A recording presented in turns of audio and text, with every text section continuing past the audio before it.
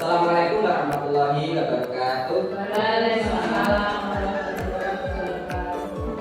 Kepada pendidik SD Negeri 3 Tegurejo yang saya hormati, sebelumnya mari kita bersyukur kepada Allah Subhanahu wa Ta'ala yang telah memberikan kenikmatan kepada diri kita sehingga hari ini pagi menjelang siang kita masih diberikan keselamatan, kesehatan sehingga dapat berkumpul di ruangan ini dalam keadaan sehat walafiat.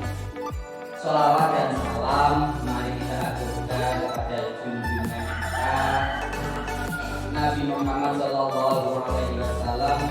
Semoga kita mendapatkan syafaat, mendapatkan pertolongan di dunia hingga di akhirat nanti.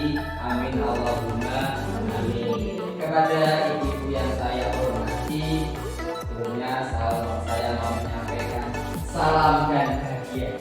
Semoga siang hari ini panjenengan semua dan kita tetap bahagia. Ibu-ibu yang saya hormati, saya akan menyampaikan kegiatan tentang budaya positif, ya, budaya positif yang kami lakukan di SD Negeri 3 Kedungrejo. Ini beliau adalah pengajar praktik, namanya Ibu Rahim. Dia adalah yang membimbing, ya, ini yang membimbing saya, yang mengarahkan saya bersama teman-teman dari satu golongan angkatan itu ada 7 orang, SD-nya ada 3 orang, SMP-nya ada 1 orang, dan SMP-nya juga ada 1 orang. Ibu Rahayu ini berasal dari SMA di Satunogojo Kabupaten. Agenda kita yang pertama adalah gunakan. Kita sudah buka bersama tadi ya, dengan bacaan basmalah. Semoga dengan bacaan basmalah kegiatan pada siang hari ini berjalan dengan baik. Berikutnya, ini tidak usah sampaikan, langsung kegiatan inti. Nanti saya akan menyampaikan tentang budaya positif dan dari hasil akhir yang saya sampaikan tadi, panjenengan bisa merefleksikan ini.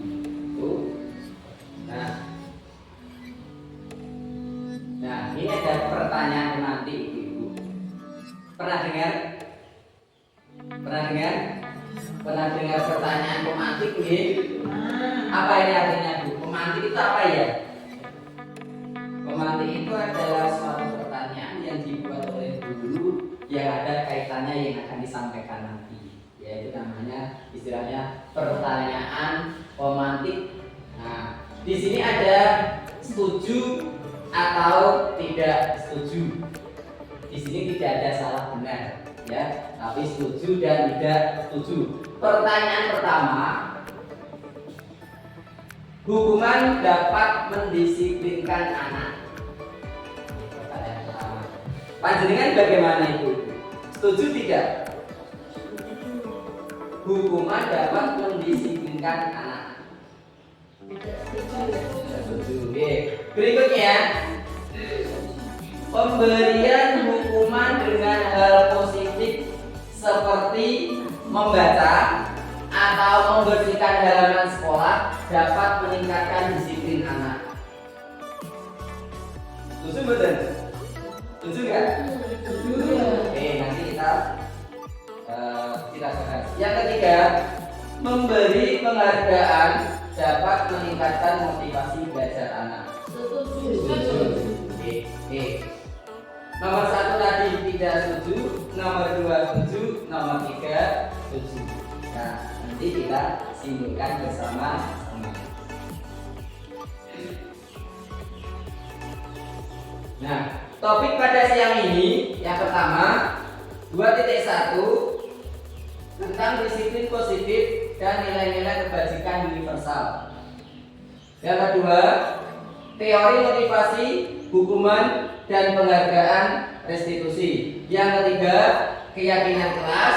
Keempat, kebutuhan dasar manusia dan dunia berkualitas. Yang kelima, restitusi dengan 5 posisi kontrol. Yang terakhir 2.6, restitusi dengan segitiga restitusi. restitusi. Ini adalah topik yang akan saya sampaikan kepada panjenengan.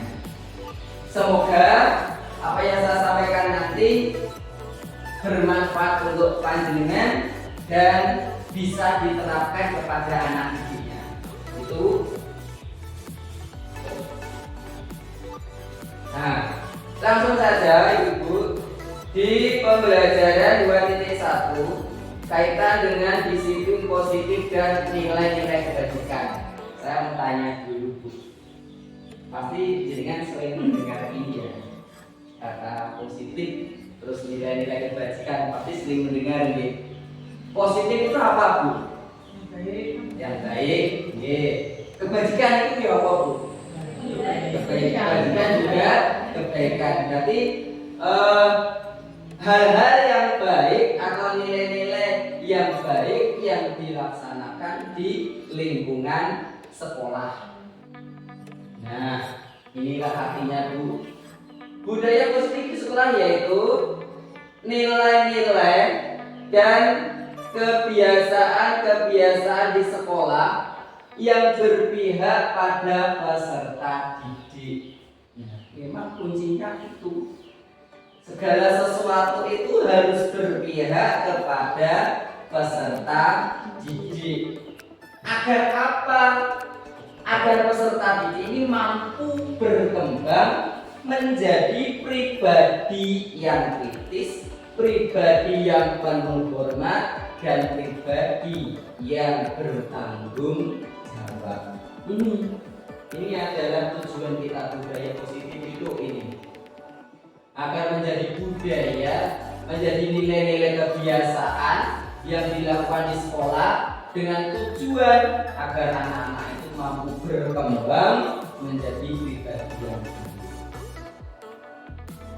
Nah, ini ada paradigma, ya, perubahan paradigma. Misal ada A dan B, Anda dan teman Anda.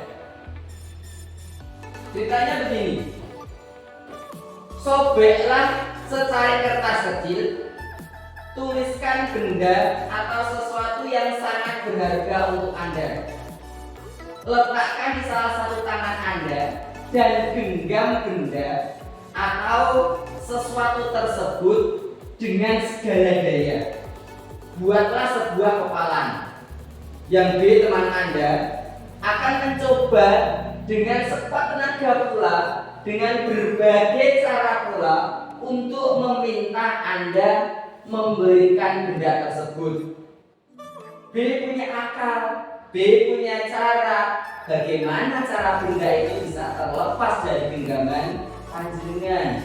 Dia punya cara. Yang pertama membujuk dengan bujuk rayuan, ya. Biasanya kalau dibujuk itu anak-anak yang awalnya itu nangis, kalau dibujuk dan punya ahli dalam membujuk, anak-anak itu juga akan terdiam dan tidak jadi nangis. Kemudian mengancam. Nah, mengancam ini sudah apa istilahnya ya, kurang baik ini. Kemudian menghardik, merayu, menyuap. Enggak apa-apa lagi menyuap. Ini bukan menyuap nasi ya, tapi menyuap dalam tanda kutip.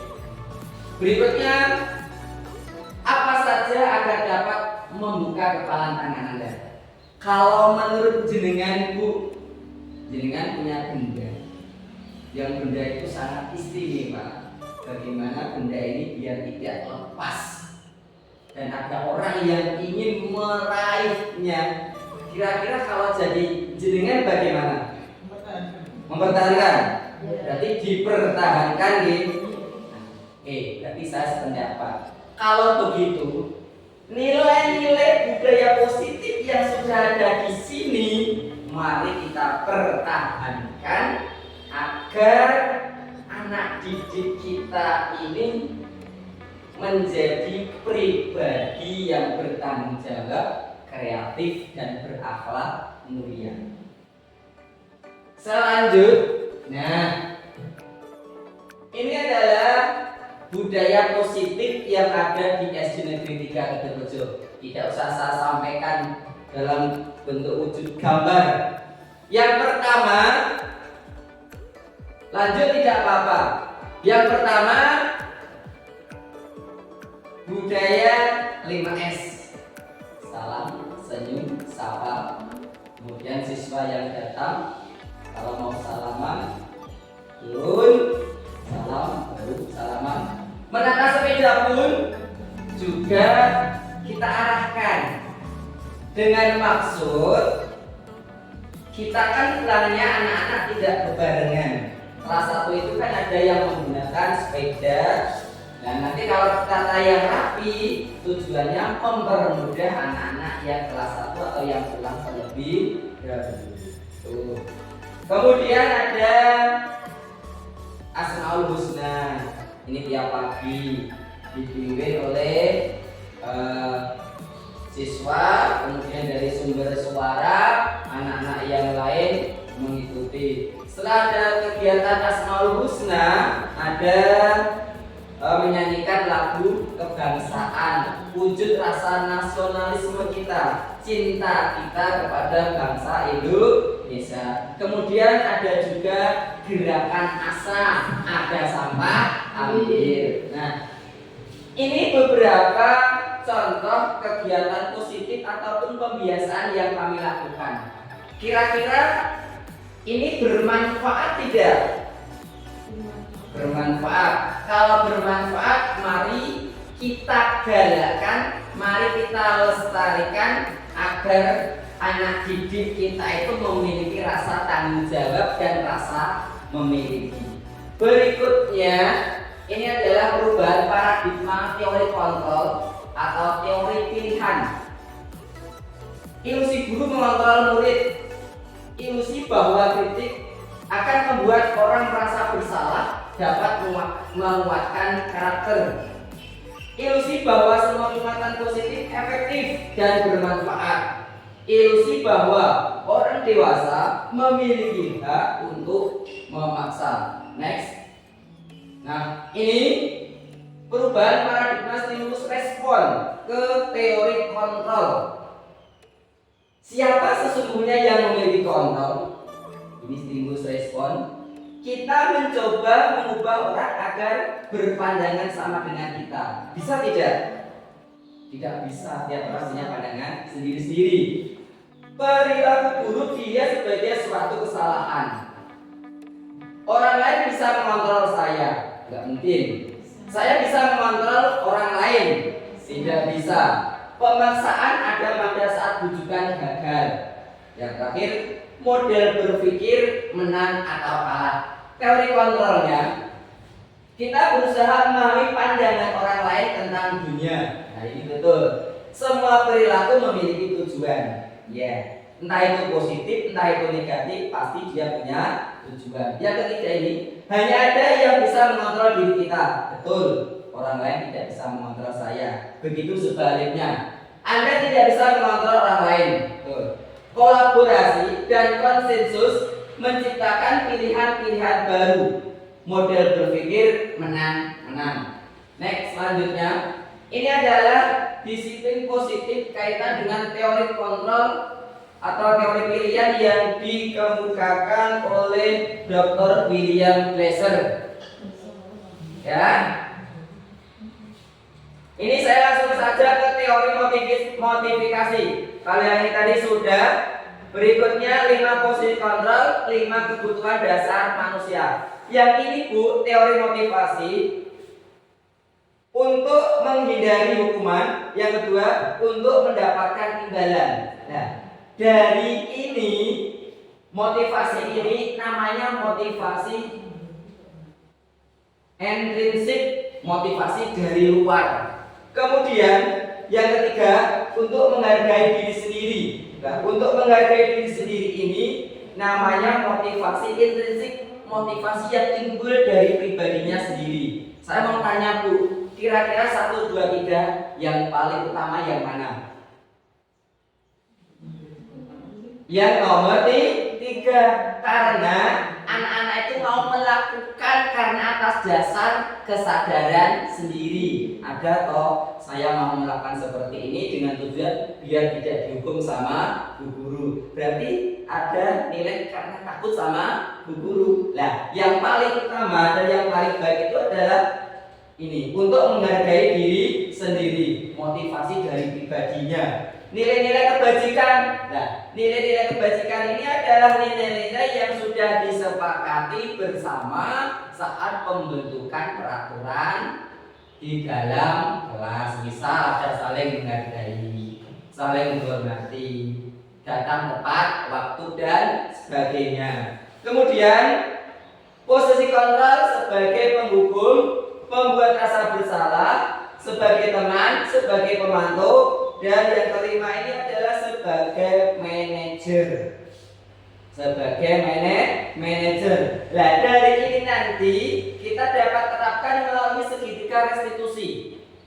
Dari kasus anak-anak nanti kita bisa selesaikan dengan menggunakan segitiga restitusi. Kasusnya apa? Nanti diselesaikan. Yang pertama ini adalah menstabilkan identitas. Menstabilkan identitas itu berarti begini. Setiap orang itu pernah melakukan kesalahan, tapi yang baik, ya.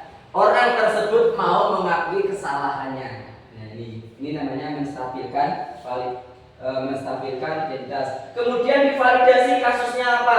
Divalidasi. Tujuannya apa kamu melakukan seperti itu? Nah, itu. Yang ketiga, menanyakan keyakinan. Nah, sekarang kamu berbuat seperti itu, kira-kira melanggar peraturan atau keyakinan yang kita buat? Tidak. Nanti anak-anak yang menyelesaikan sendiri. Jadi kalau ada kasus diselesaikan dengan anak, diberi kata-kata pengantar ini tadi, agar anak-anak nanti mampu menyelesaikan masalahnya sendiri. Kemudian 5 kebutuhan dasar manusia: bertahan hidup, penguasaan, kasih sayang. Kemudian yang keempat adalah kesenangan dan kebebasan. Nah, ini adalah makna disiplin. Artinya belajar, bermakna konotasi, ya, dengan disiplin diri dari murid-murid Sokrates dan Plato. Namun dalam budaya kita, makna disiplin telah berubah menjadi suatu yang dilakukan seseorang pada orang lain untuk mendapatkan kepatuhan. Ya.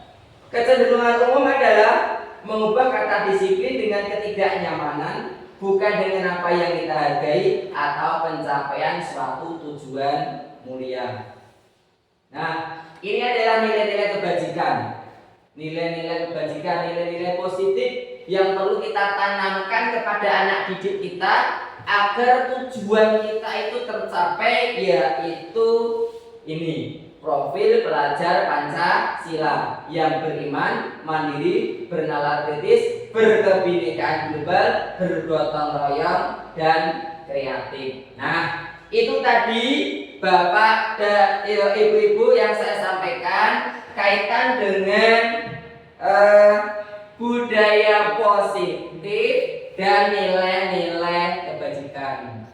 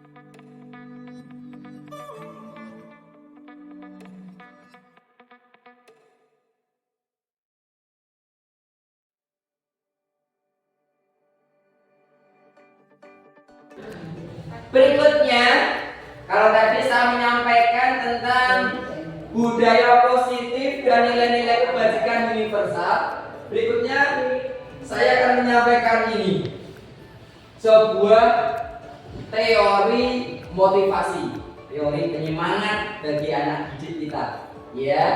Kemudian hukuman dan penghargaan, kemudian restitusi. Nah, teorinya begini. Ini kaitan motivasi perilaku manusia.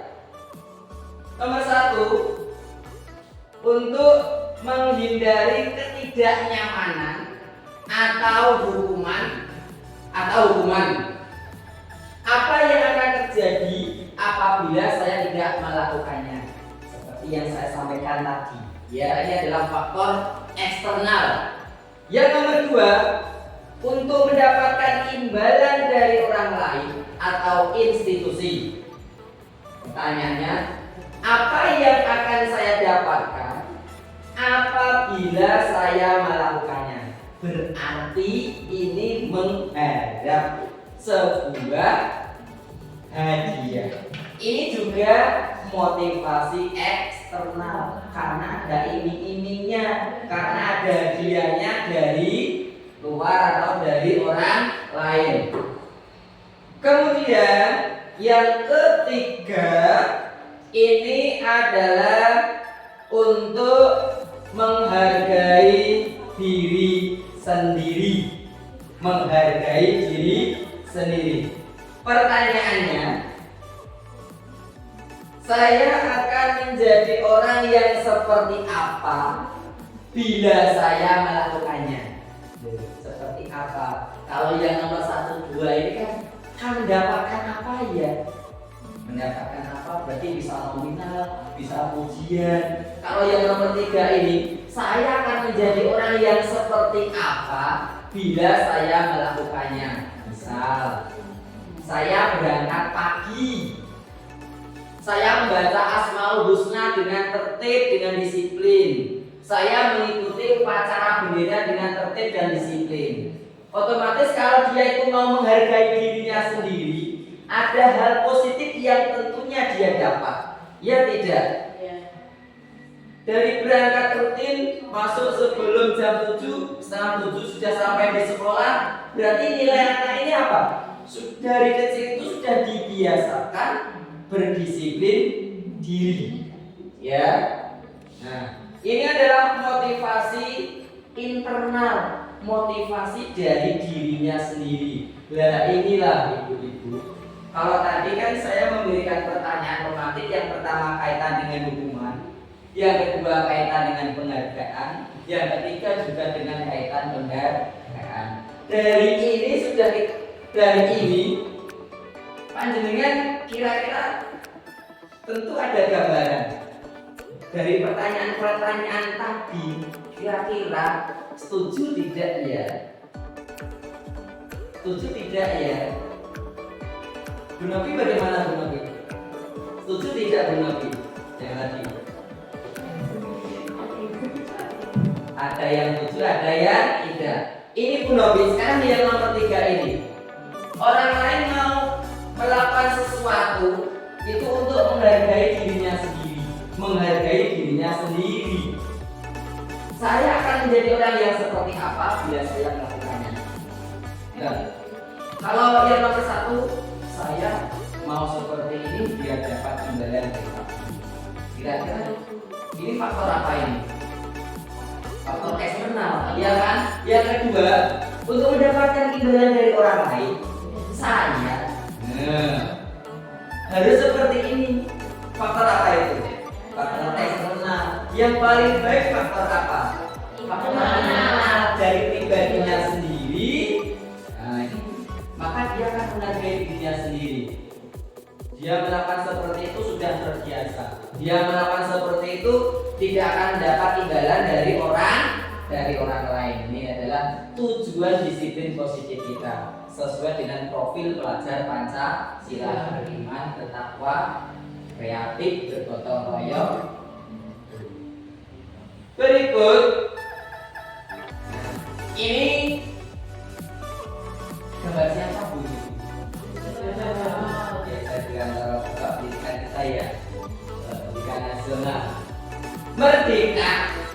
menurut Ki Hajar Dewantara ini adalah tidak hanya terlepas dari perintah, akan tetapi juga cakap buat memerintah diri sendiri.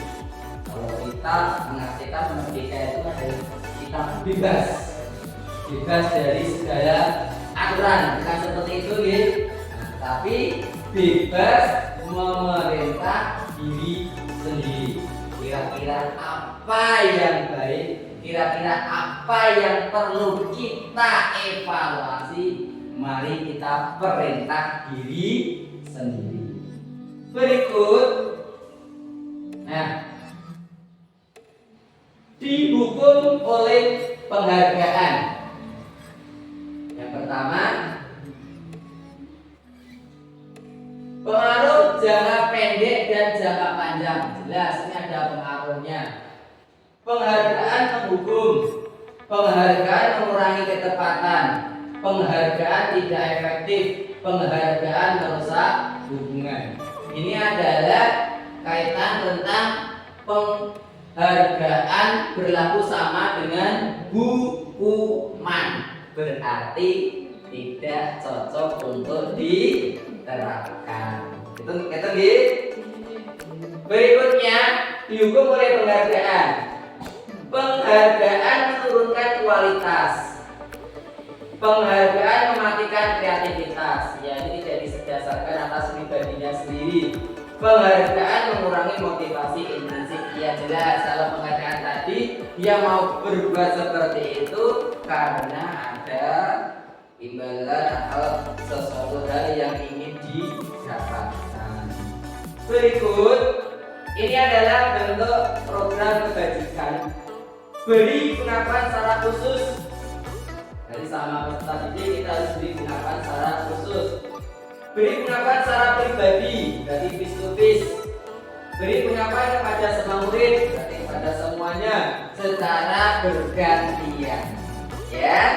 Berikutnya beri pengakuan secara konsisten, berlanjut, fokus pada proses. Ya ini fokus pada proses, bukan fokus pada hasil. Misal, sederhana, kalau kita membuat prakarya atau sesuatu, jangan dibuat dari rumah. Kita buatnya di sini. Entah hasilnya seperti apa, tidak apa-apa. Yang penting kan dari usahanya, dari kerja kerasnya. Entah gambarnya kurang bagus, kita nanti yang menunjuk, yang menebalkan. Begini loh cara buatnya, begini loh cara gambarnya, begini loh cara penyelesaiannya. Itu biar anak berproses dan tahu bagaimana cara membuatnya. Ini adalah contoh pengakuan apresiasi atau kebajikan.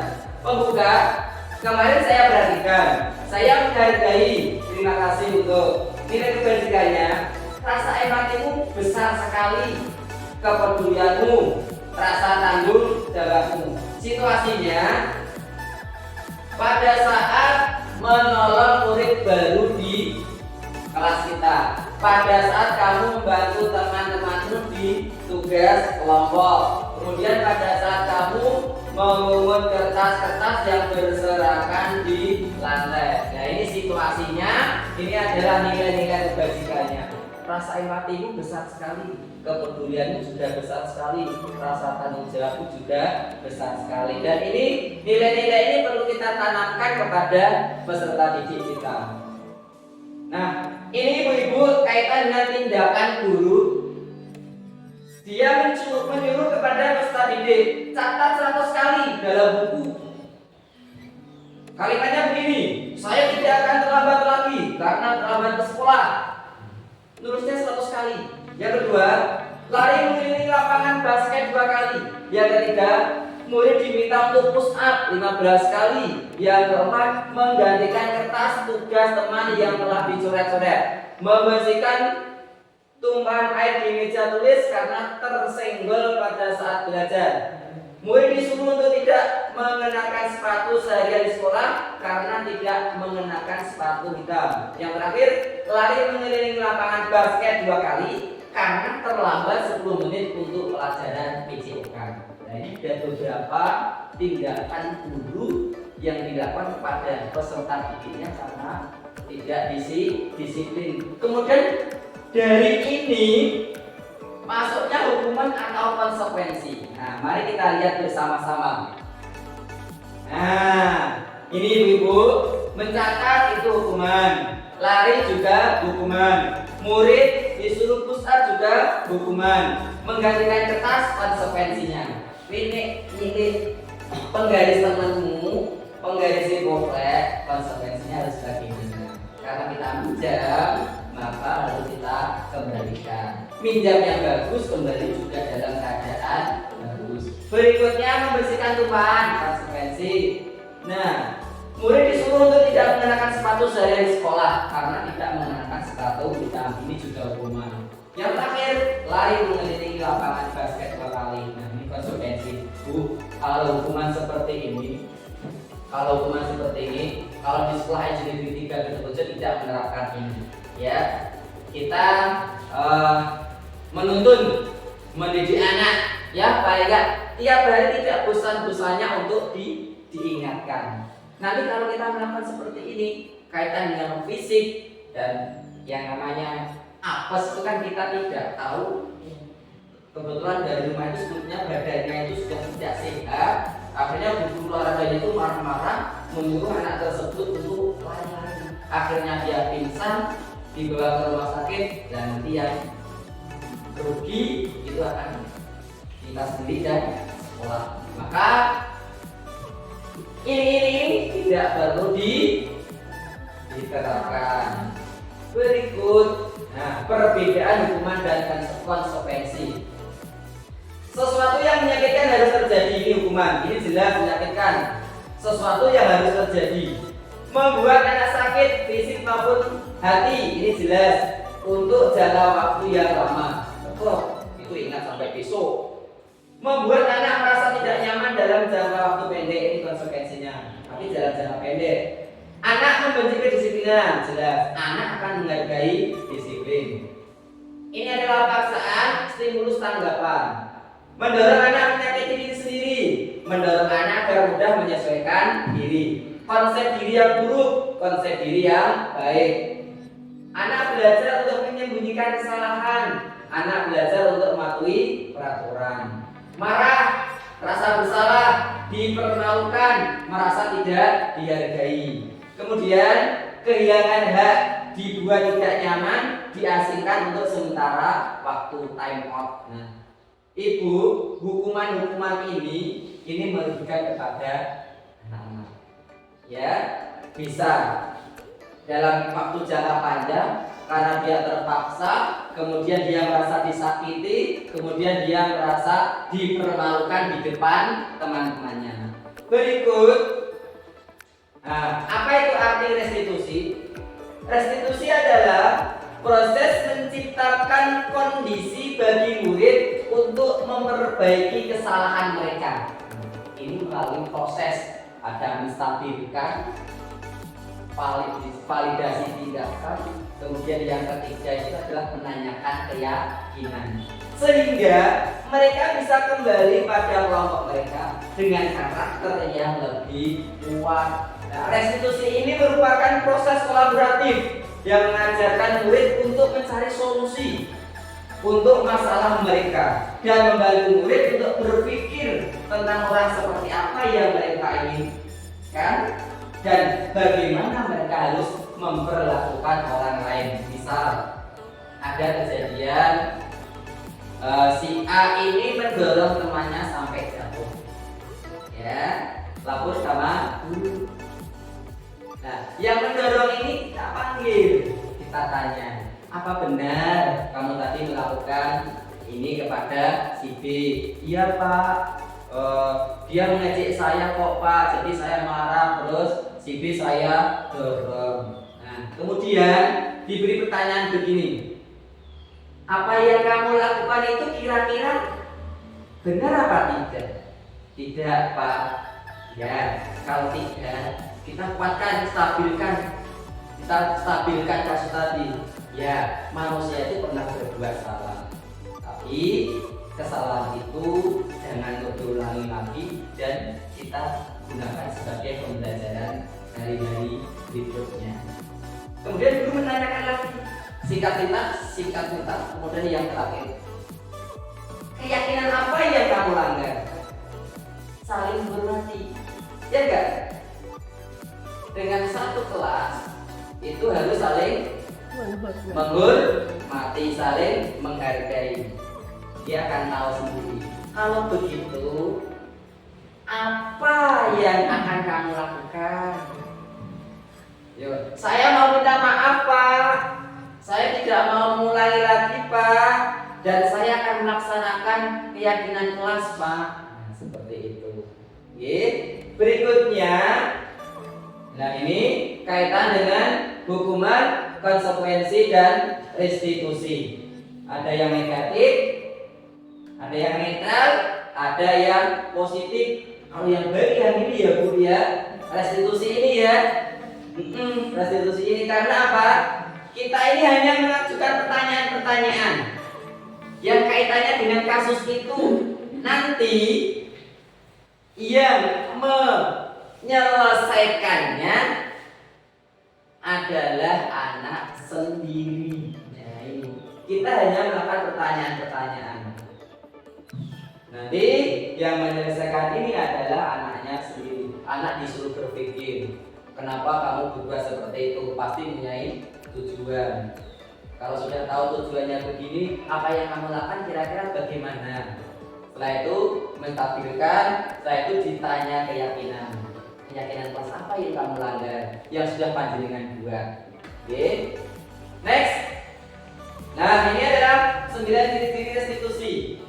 Bukan untuk menebus kesalahan, namun untuk belajar dari kesalahan. Ini jelas, ya. Memperbaiki hubungan, ini jelas. Memperbaiki hubungan dengan yang bermasalah. Tawaran bukan paksaan. Kita menawarkan kepada anak bukan paksa, bukan hubungan. Yang keempat, restitusi menuntut untuk melihat ke dalam diri. Restitusi mencari kebutuhan dasar yang mendasari tindakan. Restitusi diri adalah cara yang paling baik. Restitusi fokus pada karakter bukan tindakan. Yang kedelapan, restitusi fokus pada solusi. Nah ini loh, restitusi fokus pada solusi. Nanti ada kasus anak yang menyelesaikan masalahnya sendiri. Yang terakhir, restitusi mengembalikan murid yang berbuat salah pada kelompoknya. Nah, itu ibu-ibu yang saya sampaikan kaitan dengan restitusi.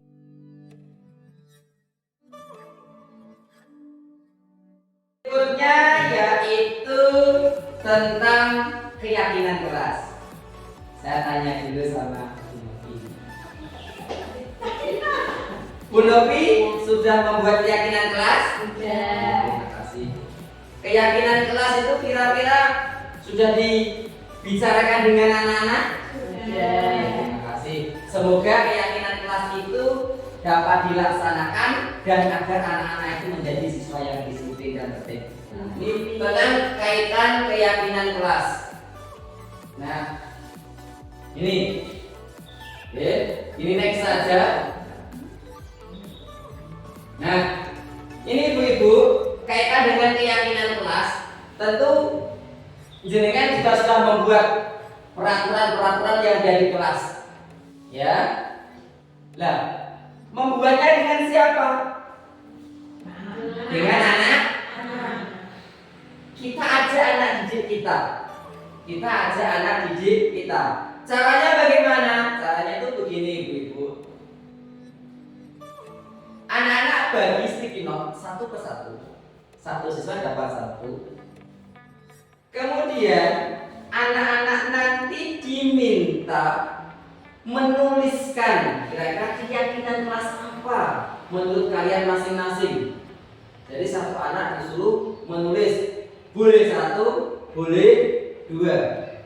Kalau untuk memudahkannya, satu anak nanti satu kertas sticky note, kemudian ditempelkan di depan. Nanti kalau sudah ada kata atau kalimat yang sama, dijadikan satu. Misal Dek Itin itu menuliskan saling menghargai dan menyayangi.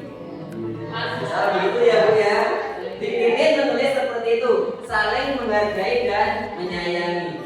Kemudian Yani dia menulis seperti ini, saling menyayangi. Nah, berarti ini kan sama. Jadi ditempelkan dulu, terus nanti kita bahas bersama-sama dengan anak-anak. Yang sama nanti ditempelkan. Nah, yang beda ditempel, tapi tidak dibuat apa namanya itu, dibuat tumpuk-tumpuk gitu ya. Nah, kalau sudah dari semua siswa tadi sudah mengumpulkan, kita bahas, kita sepakati. Yang pertama, datang tepat waktu. Oh, ditulis datang tepat waktu. Yang kedua, saling menghargai dan menyayangi. Yang kedua, mendengarkan saat serius mengikuti pelajaran. Misal seperti itu, nanti juga ditulis. Izin jika ingin ke kamar mandi. Misal seperti itu ditulis, nanti dibacakan kepada anak-anak. Nah, anak-anak, kesepakatan ini yang buat kalian, ya. Maka kesepakatan yang sudah kalian buat ini harus dilaksanakan. Tujuannya berarti anak-anak sadar, oh ya, istri aku, maka mau tidak mau harus melaksanakan kesepakatan itu. Nah, dari budaya positif yang ada di lingkungan sekolah kita pasti akan menimbulkan lingkungan yang positif. Lingkungan itu apa saja toh? Lingkungan ya ada di sini, ya saya, ya jenengan, ya karyawan, ya anak didik. Kalau kita bisa menghargai satu sama lain, saya yakin tidak akan terjadi hal-hal yang negatif. Budaya positif, ramah, saling menghargai, gotong royong, saling mengerti, pasti akan terjadi lingkungan yang positif. Misalnya saya menghargai Bu Yani juga menghargai saya. Bagaimanapun juga seorang pemimpin itu harus bijak dalam artian begini, Ibu. Saya itu kalau mengatakan seperti segoro. Segoro itu tampungan. Mohon maaf, ada hewan yang mati, ada plastik, ada kasur dan sebagainya, muaranya kan di laut, Maka seorang pemimpin ini harus bisa menjadi pemimpin. Bisa si A begini, oke. Misal saja ya. Jadi seorang pemimpin itu harus benar-benar bisa menjadi istilahnya itu menjadi segoro, bisa menyinari, bisa menjadi matahari, bisa menyejukkan, bisa melindungi. Kalau mengingatkan ya kita panggil secara pribadi. Misal Bu Rina bermasalah, Bu Rina saya panggil pribadi, tidak saja atau pribadi dulu. Saya panggil kantor, kasusnya apa, seperti itu. Kita selesaikan bersama ya Bu Rina, demi kebaikan bersama. Misal saya salah, diingatkan. Saya manusiawi, saya banyak salahnya. Dan di sini saya memiliki guru senior saya, Bu Indah, yang suka memberi masukan pada saya. Nah, ini Bu-ibu tentang keyakinan kelas. Dari budaya positif ini akan menimbulkan lingkungan yang positif. Misal sholat, nanti lingkungannya juga akan positif. Anak akan terbiasa menjalankan sholat 5 waktu. Antri itu juga positif. Keyakinan kelas dari peraturan ini dibuat keyakinan kelas agar lingkungannya positif dan menjadi budaya positif. Berangkai ya Bu ya. Nah itu. Berikutnya, nah kesepakatan jenengan sudah lakukan. Nah bagaimana pendalamannya? Yaitu dengan menggunakan tabel T dan tabel Y. Ini tabel T, tabel Y, hormat. Ini kalimatnya. Nah, kita buatnya seperti ini. Berikutnya kegiatan pendalaman keyakinan kelas, tabel T dan Y. Ini hormat tampak seperti, tampak seperti, tidak tampak seperti. datang tepat waktu, tidak tampak seperti sering hadir terlambat, menyapa teman dan guru setiap hari, tak acuh kepada teman dan guru, mengembalikan barang teman yang telah dipinjam dan mengucapkan terima kasih, tidak mengembalikan barang yang telah dipinjam dan meletakkan sembarangan, ini tidak tampak. Nah, ini yang paling bagus itu ini adalah ini. Ada 3 kata ajaib yang pernah saya sampaikan. Jika salah berbuat, mengucapkan maaf, ya. Jika ketemu mengucapkan salam. Jika salah berbuat maaf. Jika diberi mengucapkan terima kasih. Sederhana, Bu. Tetapi kalau anak didik kita itu tidak kita biasakan seperti itu, dia kalau sudah diberi ya diam aja, ya enggak? Kalau dibiasakan sejak kecil, karena apa? Anak-anak itu adalah generasi emas, generasi penerus bangsa, maka dari sejak kecil itu perlu kita arahkan, kita tebalkan lakunya. Misal saya sebagai orang tua, seele-ele saya itu kepingin memiliki anak yang soleh, karena saya laki-laki memiliki anak yang soleh. Sholat tidak usah disuruh, nata sepatu tidak usah disuruh, disiplin tidak usah disuruh. Kalau dia sudah terbiasa seperti itu, saya yakin karakter anak itu luar biasa. Maka itu perlu kita tanamkan. Ini dengan menggunakan tabel T dan tabel Y. Bekerja, tekun bekerja dan menyimak guru, menyerahkan tugas tepat waktu, tidak mendengarkan guru dan acuh tak acuh, tugas tidak diberikan. Nah, ini kegiatan pendalaman kaitan dengan keyakinan kelas dengan model tabel T dan tabel Y. Nah, ini ibu-ibu, peraturan selalu kembalikan buku ke tempatnya. Ini positif enggak ini? Positif. Dilarang mengganggu orang lain. Hadir di sekolah 15 menit sebelum pembelajaran dimulai. Nah, ini luar biasa ini ya. Dilarang melakukan kekerasan. Dilarang menggunakan narkoba bergantian atau menunggu giliran. Nah, ini ibu-ibu. Nah, kaitan dengan peraturan-peraturan ini akan kita simpulkan keyakinannya itu seperti ini. Selalu memberikan buku ke depannya, tanggung jawab. Keyakinan kelasnya menghormati orang lain. Jadi dilarang-dilarang ini jangan kita masukkan. Hadir tepat waktu, menghormati orang dan berkomitmen. Dilarang melakukan kekerasan. Nah, ini kesehatan. Tetapi ini terlalu khusus. Kadang anak-anak tidak ngerti, tidak paham. Tanggung jawabnya dalam hal apa? Gitu. Berikutnya, nah, itu ibu-ibu kaitan dengan keyakinan kelas yang cara membicarakannya seperti itu, dan semoga keyakinan kelas yang jenengan buat nanti bisa bermanfaat dan bisa diterapkan pada kelas jenengan masing-masing.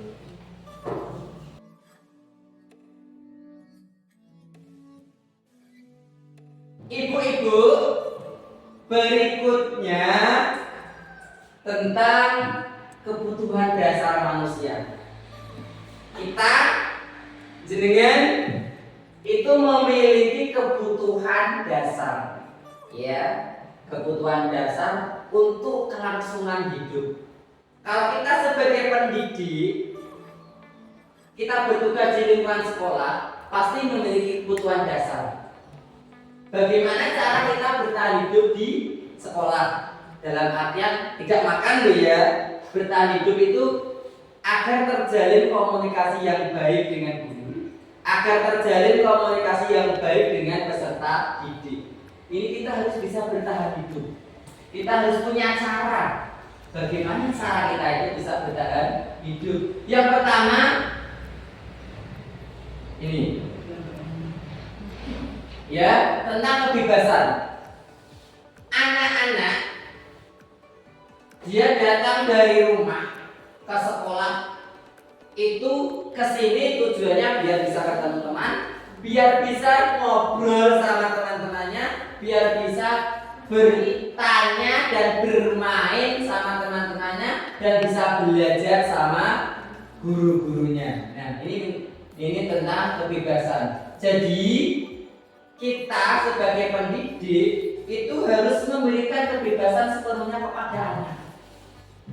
Tetapi kebebasan ini adalah kebebasan yang positif. Setiap anak itu pasti memiliki potensi, kemampuan, dan karakter yang berbeda-beda. Ada orang yang mengatakan bahwa anak itu ibaratnya kertas putih yang masih kosong.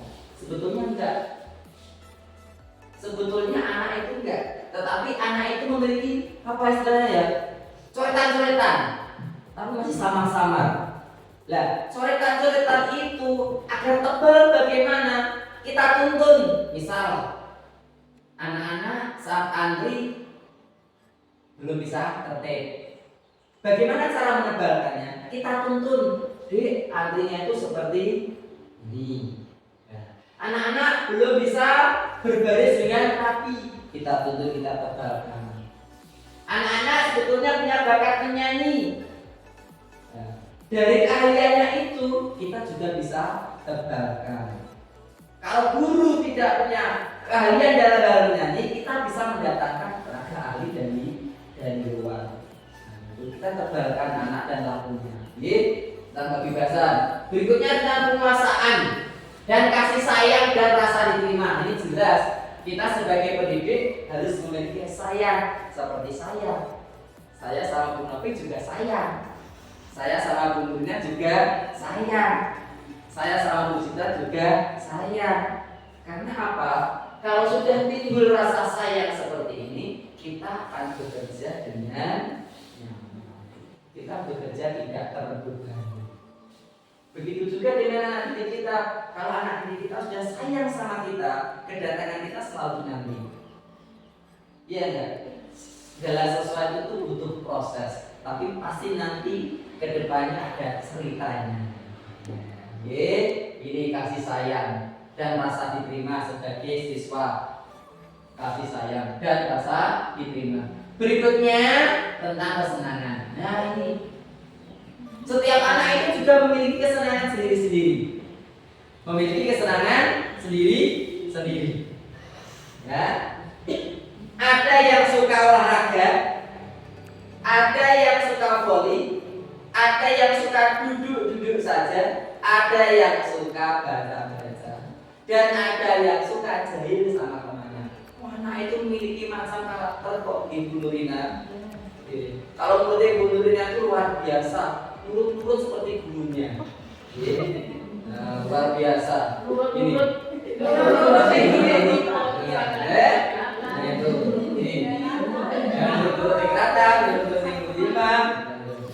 Ini tentang kesenangan, ya.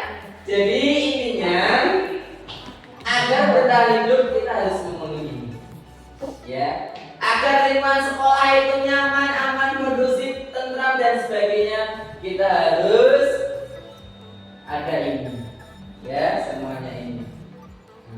Kita tinggal menuntun saja anak didik itu maunya apa. Misal Pak, saya mau belajar di luar. Oh iya, kita fasilitasi belajar di luar. Belajar tentang apa? Nanti kita belajar di luar. Tidak di dalam kelas terus. Itu ini kaitan tentang kebutuhan dasar manusia.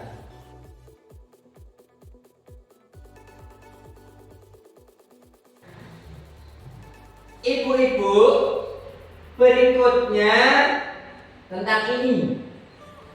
Tentang apa Bu Titin? 5 posisi kontrol. Iya. 5 posisi kontrol. 5 posisi kontrol. Nah, apa saja? Ingin tahu? Mau banget apa? Banget kan? Oh, mau banget ya. Nah, ini 5 posisi kontrolnya. Ini apa Bu Citra? Penghukum.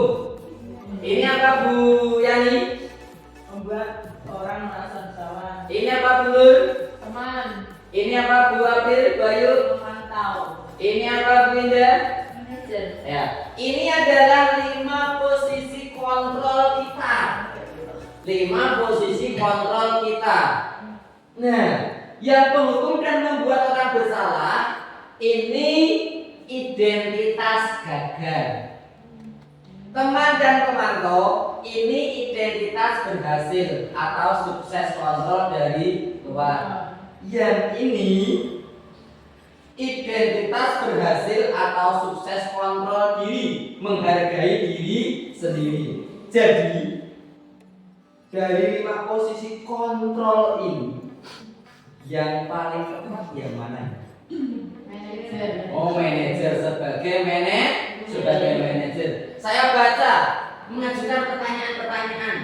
Oke, kaitan dengan kasus, guru harus mengajukan pertanyaan-pertanyaan, menggali dari anak didiknya. Dia melakukan apa? Tujuannya apa? Kenapa kamu berbuat seperti itu? Apa yang kamu lakukan kira-kira benar apa salah? Terus konsekuensi kedepannya kamu harus bagaimana biar nanti anak menyelesaikan sendiri. Pokoknya dengan cara membuat pertanyaan-pertanyaan. Tidak usah dengan cara fisik, seperti itu. Yang berikutnya ini apa ini? Apa yang kita yakini? Apa yang bisa kau kerjakan untuk memperbaiki masalah ini? Nah, dan ini juga akan timbul dari dirinya sendiri. Kemudian hasilnya akan menguatkan pribadinya. Hasilnya akan menguatkan pribadinya. Kalau ini guru berkata kaitan dengan dunia berkualitas. Murid meletakkan dirinya sebagai individu yang positif dalam dunia berkualitas. Kalau dia sudah tahu cara menyelesaikan masalahnya dan dia ke depan mau seperti apa, maka anak ini adalah anak yang berkualitas. Murid berkata, bagaimana caranya saya bisa memperbaiki keadaan? Nah, bagaimana? Kalau dia sudah berkata seperti itu, maka si anak ini nanti akan tahu. Oh iya, saya seperti itu. Berarti saya harus seperti ini. Nah, itu. Dampaknya pada murid mengevaluasi diri. Nah, ini dari kasus-kasus yang dialami di sekolah, dia juga pertanyaan-pertanyaan, kemudian anak sudah tahu kenapa dia seperti itu, apa yang dia lakukan, kemudian anak ini akan tahu, dia akan evaluasi diri. Oh, apa ya kekurangan? Oh, apa ya salah? Nanti dia akan tahu ini. Dan bagaimana ya caranya saya memperbaiki? Misal tidak mengerjakan tugas yang diberikan oleh Bu Nurina. Nah, itu dipanggil dengan menstabilkan kemudian keyakinan keras, akhirnya anak dapat menyimpulkan sendiri. Ya. Berikut. Nah, ini pernyataan. Siapa yang mengatakan, saya kecewa sekali dengan kamu. Ya. Siapa yang mengatakan, pembuat orang merasa bersalah. Kamu tidak pernah benar. Dihukum dengan perkataan. Ayolah lakukan demi ibu bapak. Ini sebagai teman. Kita sebagai teman. Guru sebagai teman. Apakah kamu mau mendapatkan stiker bintang hari ini? Sebagai pemantau. Bagaimana kamu bisa menyelesaikan masalah ini? Ya, ini sebagai manajer. Karena nanti menyelesaikan masalah sendiri. Yang terakhir, kamu selalu yang paling terakhir. Difonis seperti itu. Si penghukum kasihan dia. Sebetulnya sih kasihan. Apalagi mengatakan seperti itu di depan anak. Kalau anak-anak itu memiliki karakter yang minder ya, saya yakin pasti lapor sama bapak ibunya di rumah. Kemudian lain hari mungkin dia tidak berangkat ke sekolah karena dia merasa minder. Jadi itu tugas kita. Anak-anak yang minder itu beri support, beri motivasi agar anak-anak itu menjadi siswa yang tidak minder dan bersemangat. Nah itu. Nah kita ini enaknya di posisi mana Bu? Ini ya, manajer. Nah, jangan yang ini, jangan yang ini. Jangan terhubung, kita yang manajer saja. Kita fasilitasi, kita ajukan pertanyaan-pertanyaan, dan anak-anak nanti biar dapat menyelesaikan masalahnya sendiri, dan tentang keyakinan yang dibuat, bagaimana kedepannya anak-anak itu harus berbuat. Nah, ini kaitan dengan peraturan pemantau konsekuensi atau hadiah. Ini adalah nilai-nilai manajer dan memperbaikinya. Ada seperti ini. Ini contoh, kalau kamu tidak mengerjakan, saya akan menghukummu. Ya, ini berarti diberi hukuman. Kalau diberi hukuman seperti itu, anak-anak tidak nyaman. Ya. Anak-anak tidak nyaman. Kemudian yang nilai-nilai manajer, apa yang kamu yakini? Apa yang kamu yakini? Bagaimana memperbaiki masalah ini? Nah, dari kata-kata ini tujuannya itu adalah untuk memperbaiki si anak tadi, atau sebuah kiat, sebuah usaha untuk mendapatkan apa yang dibutuhkan. Ini sebagai manajer. Pokoknya kita ini sebagai manajer, jangan penghukum. Nah, itu ibu-ibu kaitan tentang 5 posisi kontrol.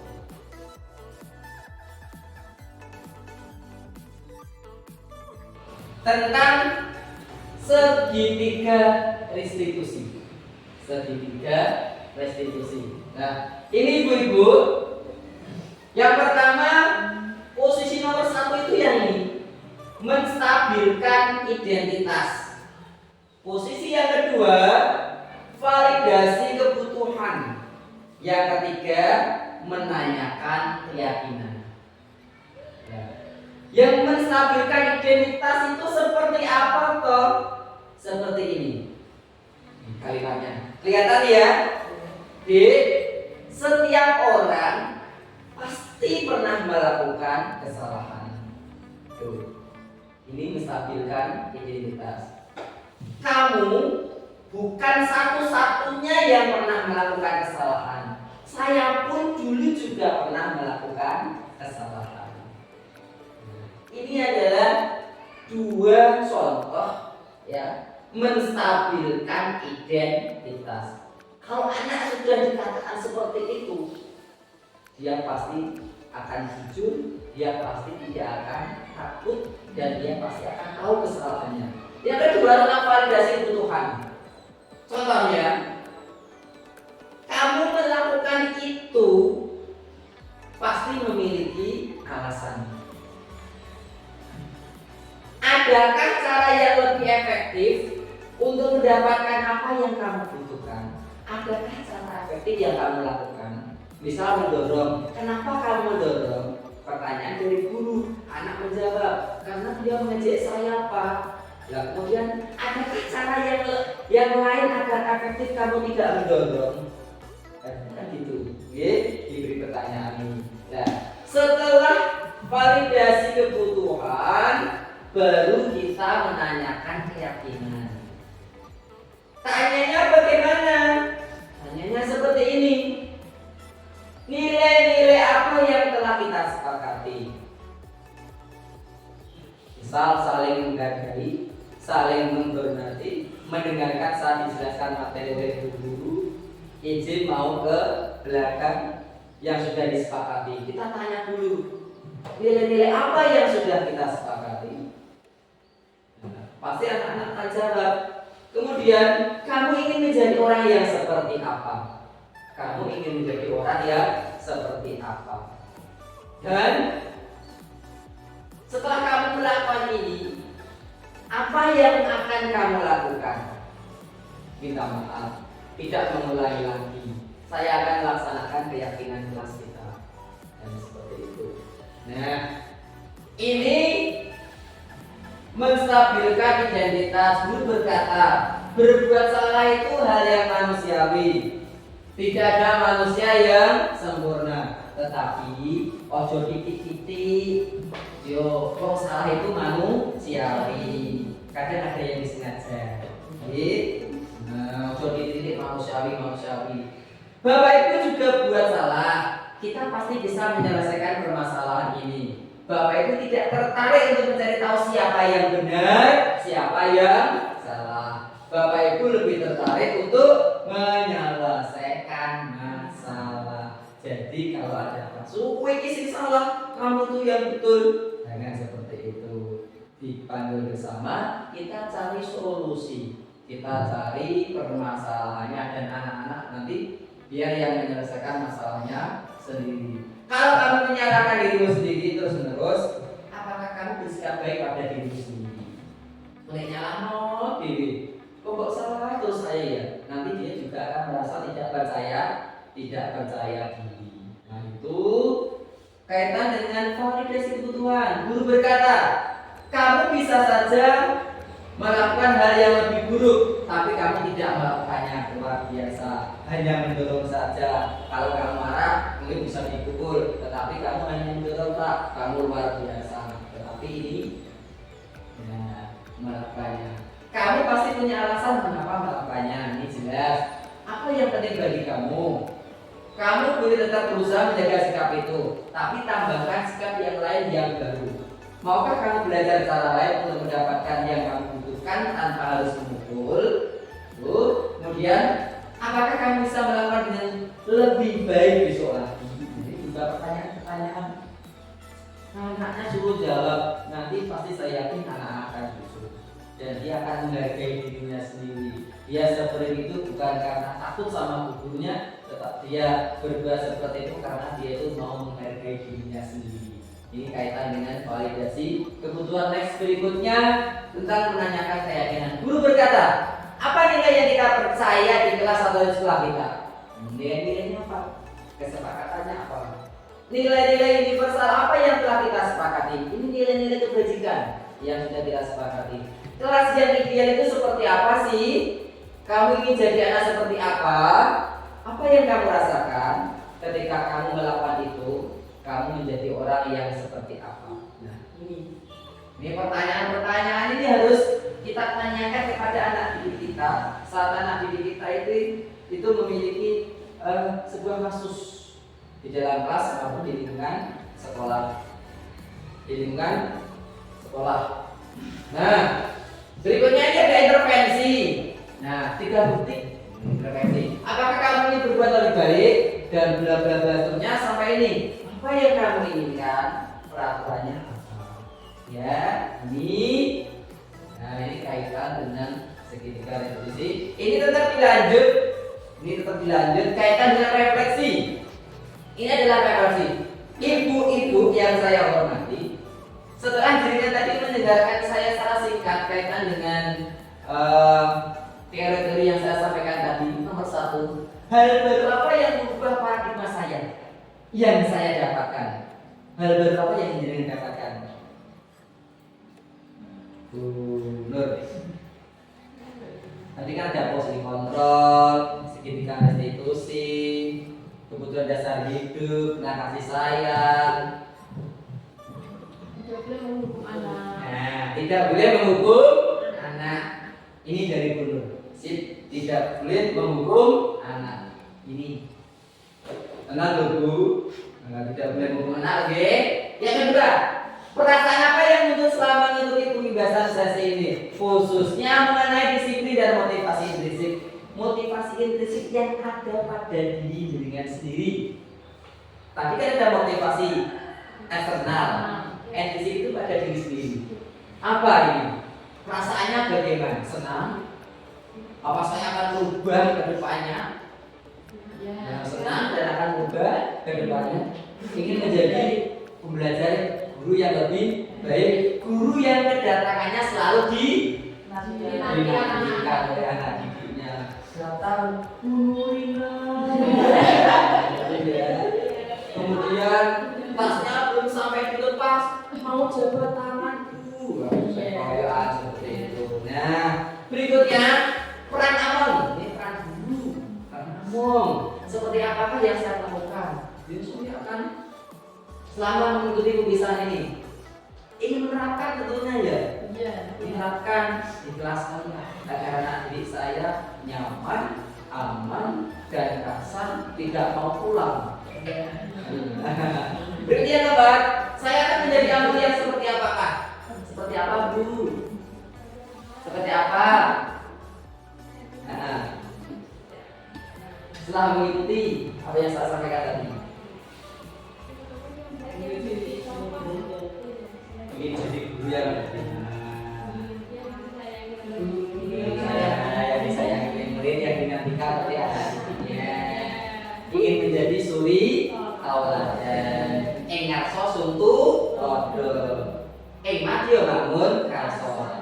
Anak-anak itu tuh meniru tingkat dan pola kita. Kalau kita ngajarin ini benar, anak-anak pasti saya yakin akan berbuat benar.